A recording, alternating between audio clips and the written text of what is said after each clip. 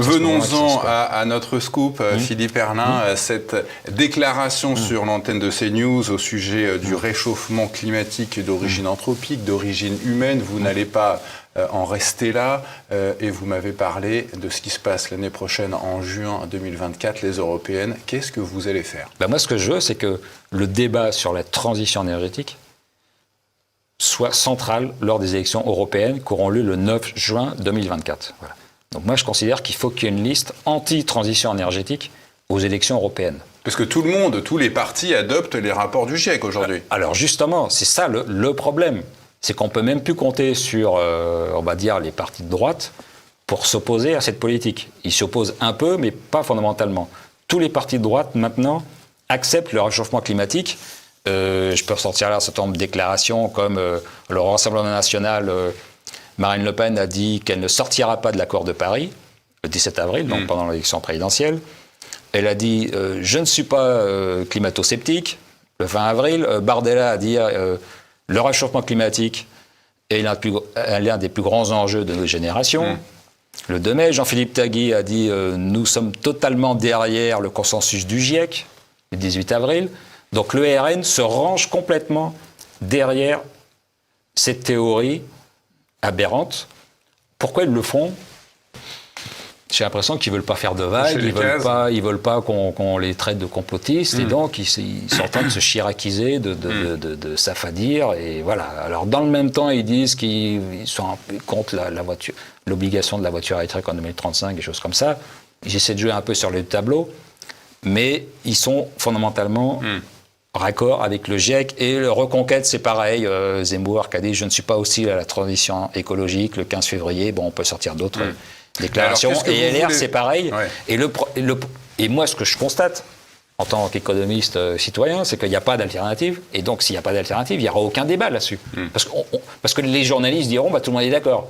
Du RN, de Reconquête jusqu'à LFI, en passant par Macron, et tout le monde est d'accord sur le réchauffement climatique anthropique. Donc la seule différence, c'est... alors les écologistes sont contre le nucléaire, Macron et le RN sont pour, et donc ça va jouer à la marge. Moi je dis non, si on accepte ça, on est mort. Moi je dis si on accepte le réchauffement climatique anthropique, on est mort économiquement.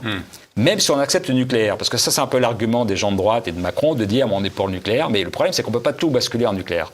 Comme je disais tout à l'heure, on ne peut pas basculer tout le parc automobile en électrique. C'est pas possible, technologiquement, techniquement. Pourquoi on ne pourrait pas tout basculer en nucléaire ? Alors, pour les voitures, j'ai expliqué tout à l'heure, en termes de minerais, il n'y a pas assez, en termes de coûts, en termes d'installation de bornes. Ah oui, vous parlez de la voiture. Voilà, de la voiture. Voilà. Et puis même pour le reste de l'économie, on ne peut pas tout faire tourner à base d'électricité.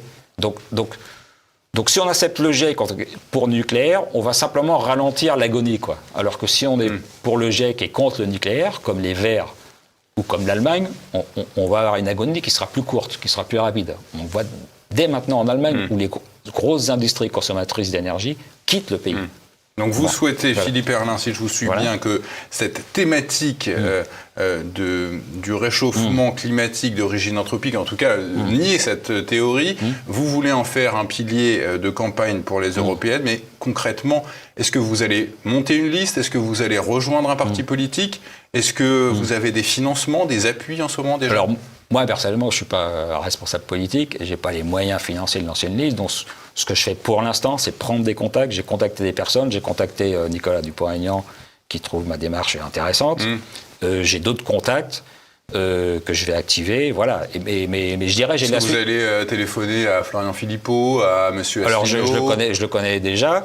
J'ai de la suite dans les idées, parce qu'en fait, j'y avais déjà pensé lors des précédentes élections européennes, parce qu'à cette époque, Jean Lassalle envisageait de lancer une liste, et il se trouve que, par l'intermédiaire d'un ami commun, j'ai pu le rencontrer le 2 avril 2019. J'ai pu le rencontrer et je lui ai expliqué ce que je viens d'expliquer. Pourtant, à l'époque, les législations écologiques étaient nettement moins prégnantes et développées qu'aujourd'hui. Bon, mais j'en ai parlé et il a été extrêmement convaincu.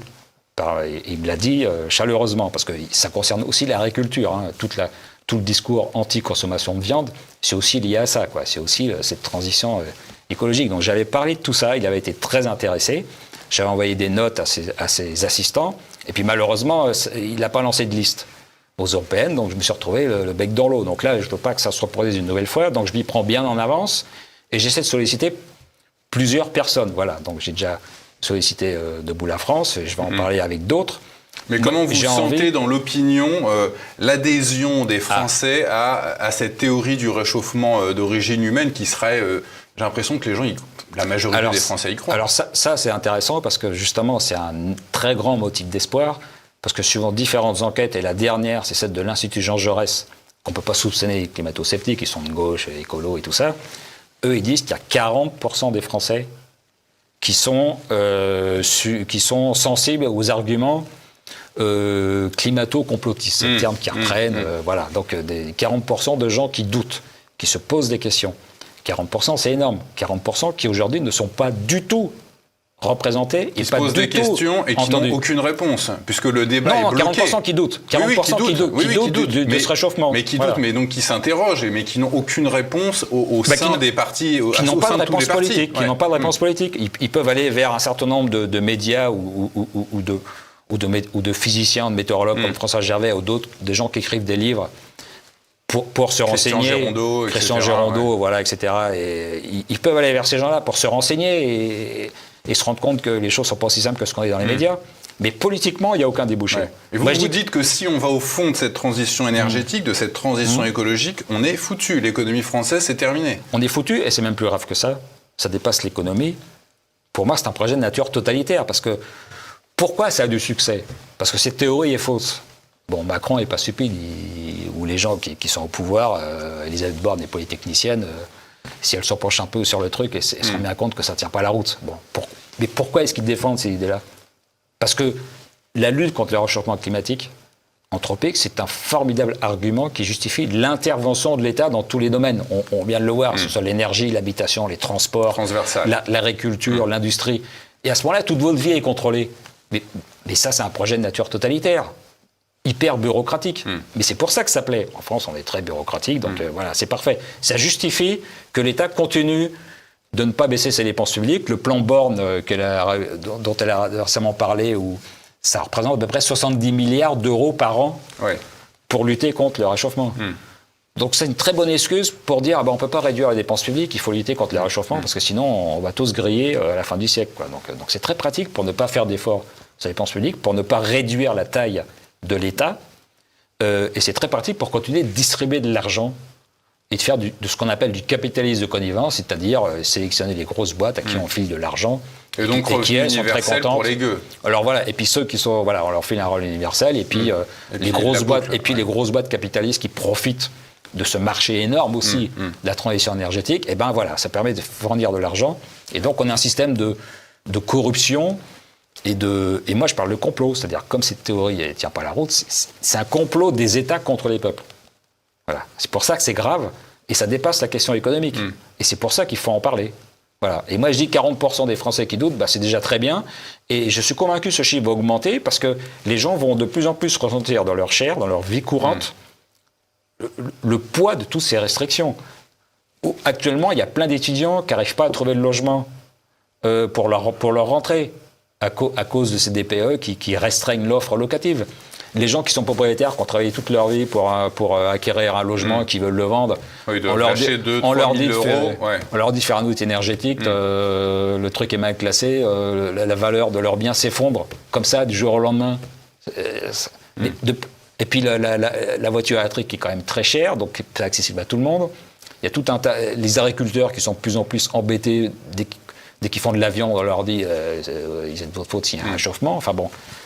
En tout cas, cette transition écologique, on n'en est qu'au début. Les gens vont quand même s'apercevoir de ce que l'État et l'Union européenne va leur imposer. Mais en attendant les prochaines européennes, peut-être notre dernière question, Philippe Herrlin. La guerre comme solution proposée à la crise par l'inénarrable Jacques Attali, avec, dit-il, des opportunités pour les survivants, ou autre solution présentée par lui, une réorientation radicale de l'économie mondiale vers un mode de développement nouveau, avec un tout autre rapport à la propriété des biens de consommation et du logement, réduisant à la fois l'endettement et l'empreinte climatique. On y revient. Est-ce qu'on va avoir les deux c'est la guerre et le Great Reset, parce que c'est le Great Reset là qu'il est en train de présenter en deuxième solution. Quand je parlais de totalitarisme, là, Jacques Attali dit lui-même que le droit de propriété doit être remis en cause. Parce que l'État, pour se financer, il y a un moment, il va falloir qu'il tape quelqu'un. Et donc les propriétaires, ils peuvent pas partir avec leur maison sur le dos. Donc voilà, si on met la main sur leur logement... Il y a un député qui a voulu faire passer une loi pour que les propriétaires qui ne font pas suffisamment de travaux énergétiques soient dépossédés de leurs biens, mis en location, et avec l'argent, on finance l'isolation. Enfin, c'est des délires total, quoi.